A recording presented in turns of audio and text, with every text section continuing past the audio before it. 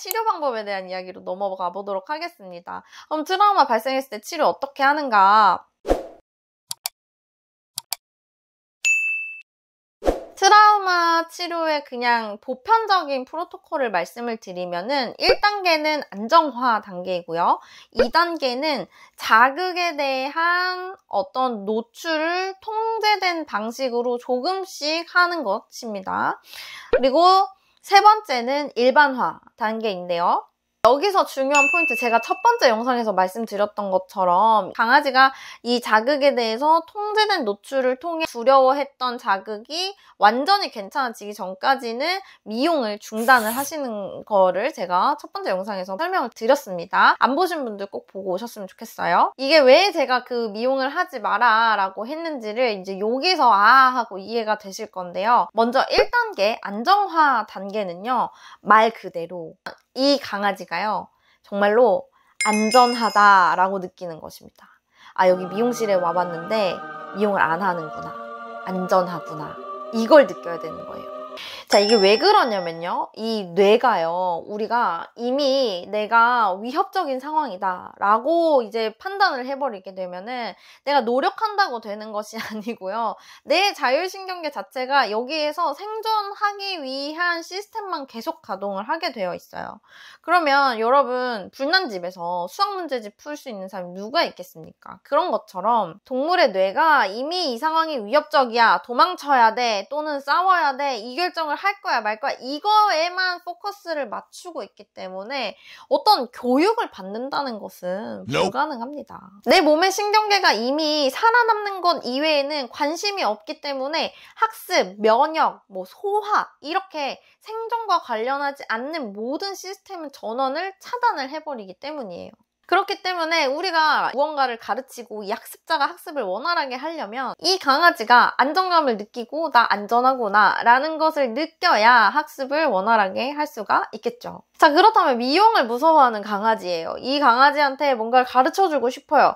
그럴 때 이 친구가 살아남고자 막 발버둥을 치고 소리를 지르고 물고 하는 이 과정에서 강아지하고 뭔가를 교육하는 과정을 할 수가 있을까요? 강아지 입장에서 뭔가 학습을 하기는 할 겁니다. 그런데 부정적인 감정을 학습을 할 거예요.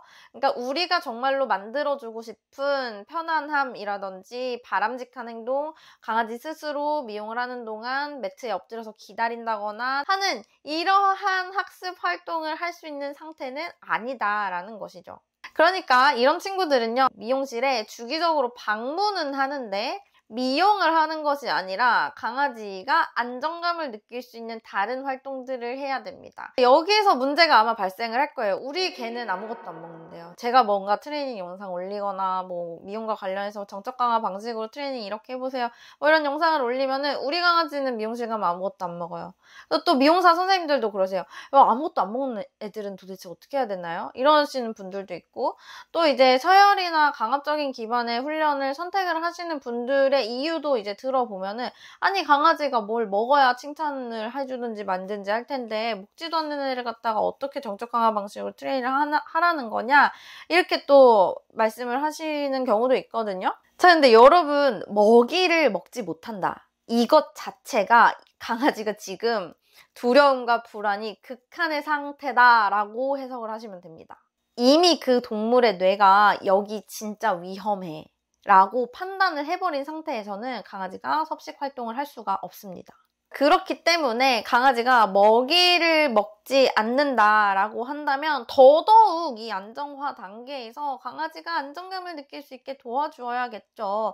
그러니까 미용이나 강압적인 방식으로 강아지를 두렵게 할 것이 아니라, 강아지가 먹이를 먹지 않더라도 미용실에 방문을 해서 강아지가 좋아하는 산책을 나가본다든지, 또는 그냥 아무것도 하지 않고 강아지와 거리를 두고 따로 떨어져 앉아서 시간을 보내는 것도 굉장히 좋은 방법이 될 수 있습니다. 왜냐면 강아지는 거기에서 아무것도 하지 않은 것이 아니라, 내가 여기 방문을 했지만 이전과 다르게 뭔가 나를 위협하는 어떤 사건이 일어나지 않는구나, 이거를 한번 경험을 하게 된 거잖아요. 이런 경험들이 반복적으로 쌓이게 되면은 강아지는 결국 먹이를 먹게 되어 있습니다.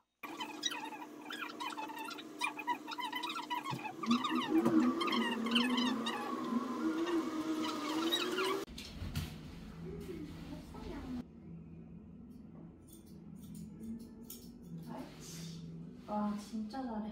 다리.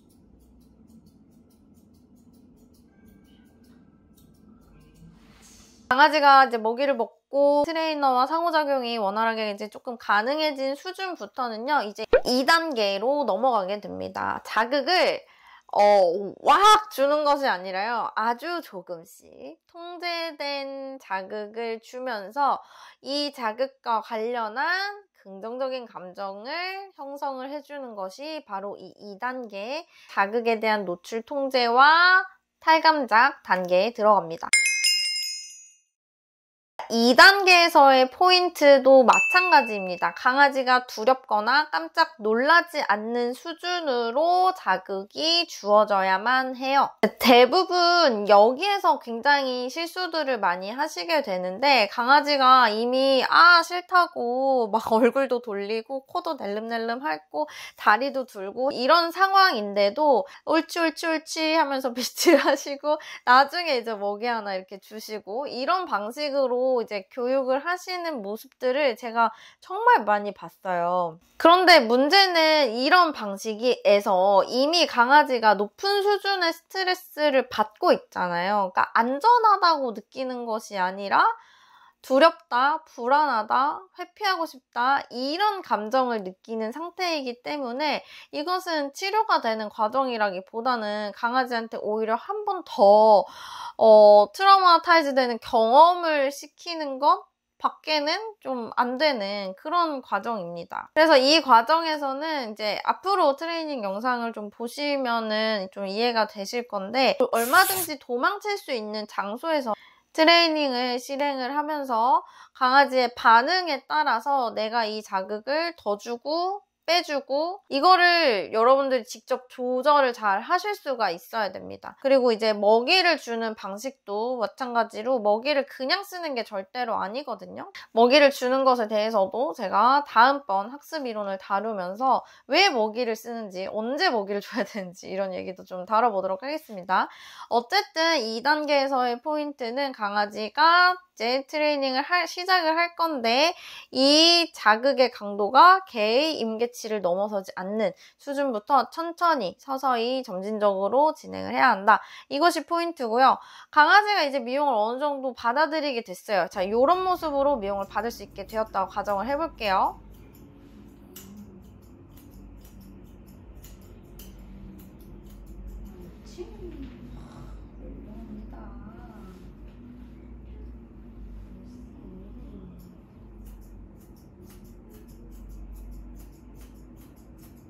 자, 이렇게 강아지가 특정 장소에서 이제 가위가 다가와도 막 기다릴 수 있게 되고 이렇게 되면은 이제부터는 3단계 일반화 과정을 거침으로써 강아지가 여기 말고 다른 이제 미용실에 가서도 여기서 배웠던 걸 토대로 미용을 좀 조금씩 나눠서 진행을 해보면서 여기서 배웠던 게 저기 가서도 똑같이 안전하구나 이거를 또 느껴야 됩니다. 많은 보호자님들께서 이제 미용 교육 받으면은 어디서 어떻게 미용을 해도 미용 잘 받게 되나요? 이렇게 말씀하시는 경우가 많은데, 사실 우리도 굉장히 고등 교육을 받은 인지 수준이 높은 동물임에도 불구하고 누군가가 나를 위협하는 상황에서는 여러분들도 마찬가지로 공격성이 표출이 되시잖아요. 그렇기 때문에 이 친구가 또다시 똑같은 그 상황, 옛날에 두려웠던 그 상황에 빵빵 노출이 되게 되면 다시 문제가 발생하게 될 가능성이 매우 높습니다. 그래서 이 친구가 트레이너의 손을 떠나서 이제 미용실로 가게 되었을 때에도 미용사 선생님과 트레이너가 한두 번쯤은 함께 협업을 하면서 이 친구가 그동안 배웠던 것들, 얘가 어떻게 미용을 받아야 안정감을 느끼면서 잘 받을 수 있는지 이런 것들을 함께 협업하고 이 미용사 선생님도 올바른 타이밍에 잘 이제 먹이를 준다거나 해서 얘가 배웠던 것들이 잘 유지될 수 있도록 우리가 관리하고 조절을 해줘야 된다는 것이죠. 자, 이렇게 3단계 일반화 과정까지 거치게 되면은 이제 강아지는 미용 받을 때 더 이상 두렵거나 불안하지 않기 때문에 물지 않아도 되고요. 발버둥 치지 않아도 되고요. 소리 지를 필요도 없어집니다.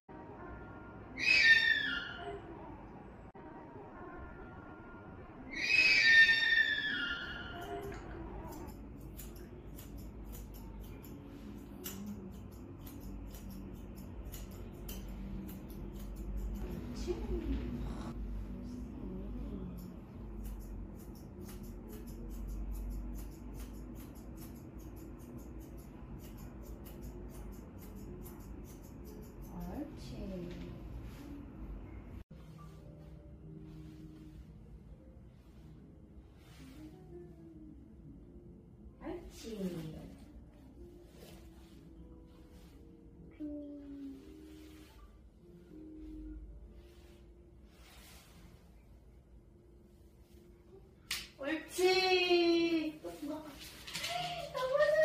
다 됐다니까 너. 문제 행동을 어떻게 바라볼 건가에 대한 그 관점이 되게 중요한 것 같아요. 이 아이가 서열이 잘못돼서 뭐 사람을 만만하게 봐서 이런 것이 절대로 아니고 이 친구의 기저에 깔려있는 그 감정이 굉장히 두렵고 불안하기 때문에 겉으로 표출되는 행동이 무는 행동, 발버둥 치는 행동일 뿐인 거다. 그렇다면 우리가 치료를 해주기 위해서는 강아지를 최대한 안전하다고 느끼게끔 해줘야 된다. 요거를 조금 기억을 하시면서 다음 영상들을 시청해 나가셨으면 좋겠습니다. 네, 오늘은 이렇게 미용 트라우마가 무엇이고 왜 발생하고 그에 대한 예방법은 무엇이고 어떻게 치료해야 되고 이런 이야기들을 나눠보았는데요. 정리를 하자면 두려움과 불안을 유발시키는 어떤 충격적인 사건은 개들로 하여금 신체적, 정신적으로 부정적인 변화를 초래를 할 수 있다. 그리고 사회화 시기 때부터 충분히 이 아이들이 다양한 경험을 해봄으로써 그중에 미용실도 포함이 되어야 하고요. 뇌의 발달, 신경계 발달을 해왔어야 하는데 그러지 못했다는 것이 미용 트라우마의 가장 그 1단계 근본적인 원인이 된다. 그리고 그러한 두려움이 가득한 상황에서 이 친구의 감정 상태를 고려하지 않고 미용 과정을 쭉 계속해서 반복을 하는 과정에서 강아지의 행동 문제는 악화될 수 있다. 우리가 트라우마 치료를 할 때에는 총 크게 프로토콜로 3단계를 거친다. 첫 번째는 안정화 단계, 두 번째는 자극에 대한 노출 통제 및 탈감작, 세 번째는 일반화 과정을 거침으로써 강아지가 안전하다고 느끼게 되면은 행동 문제는 자연스럽게 해결이 된다. 이런 이야기들을 해보았습니다. 네, 여러분 제가 첫 번째 영상에서 왜 미용을 거부하는 개들에게 미용을 하면 안 되는지 그리고 강압적인 훈련 방식을 하면 안 되는지 말씀드렸던 이유에 대해서 오늘 영상을 통해 좀 납득이 가셨을까요? 혹시 들으시는 과정 중에서 궁금한 점이나 이해가 잘 되지 않았던 점 있다면 댓글 달아주시고요. 오늘 영상 좋으셨다면 구독, 좋아요, 알림 설정 부탁드리겠습니다. 다음 시간에는요. 우리가 강아지들 이제 훈련을 좀 하기에 앞서서 이 개라는 동물들이 어떤 방식으로 학습을 하는지 요 이야기를 나눠보도록 하겠습니다. 여러분 그럼 오늘도 네 발 달린 친구들과 행복한 하루 보내시고요. 다음 영상에서 뵐게요. 안녕.